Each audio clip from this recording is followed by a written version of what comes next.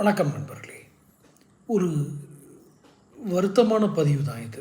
என்னுடைய ஒரு ஆழ்மன பதிவு என்று கூட வைத்துக்கொள்ளலாம். சேனல் சப்ஸ்கிரைப் பண்ணிக்கோங்க, அப்போ தான் என்னுடைய அப்டேட் வந்து சேரும் அப்படின்னு சொல்கிறதுக்கெலாம் எனக்கு மனசு இல்லை. நீங்கள் பண்ணாலும் பண்ணாட்டியும் ஒரு பெரிய வித்தியாசம் இருக்கிற மாதிரி எனக்கு தெரியலை.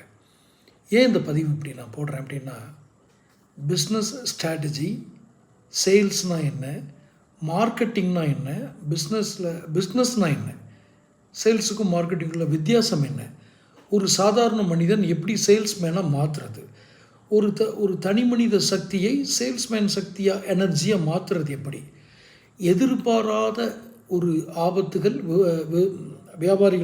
வியாபாரத்திற்கு வரும் பொழுது நாம் எப்படி சமாளிப்பது, அல்லது நமக்கு நம் வியாபாரத்திற்கு வர இருக்கும் த்ரெட்ஸ், ஆபத்துகளை எப்படி கணிப்பது, கடன் இல்லாத வியாபாரம் செய்வது எப்படி, கடன் கொடுத்தாலும் நம் வியாபாரம் செய்வது எப்படி, இது போன்ற பல பிஸ்னஸ் ஸ்ட்ராட்டஜி விஷயங்கள் எல்லாம் ஒரு நூலகம் மாதிரி தொகுத்து ரொம்ப வருத்தத்தோடு சொல்கிறேன், என்னோடய சேனலில் இருக்குது. ஆனால் யாரும் பார்க்க மாட்டாங்க.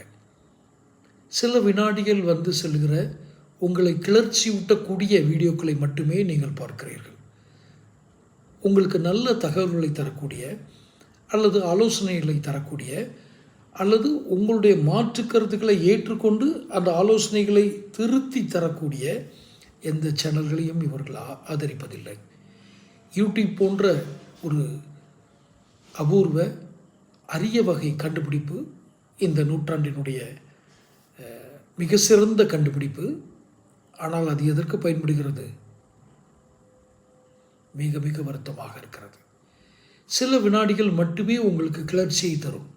கணவன் மனைவி, அதிலும் கவர்ச்சியான கணவன் மனைவிகளை மட்டுமே குறிவைத்து சில வீடியோக்கள்.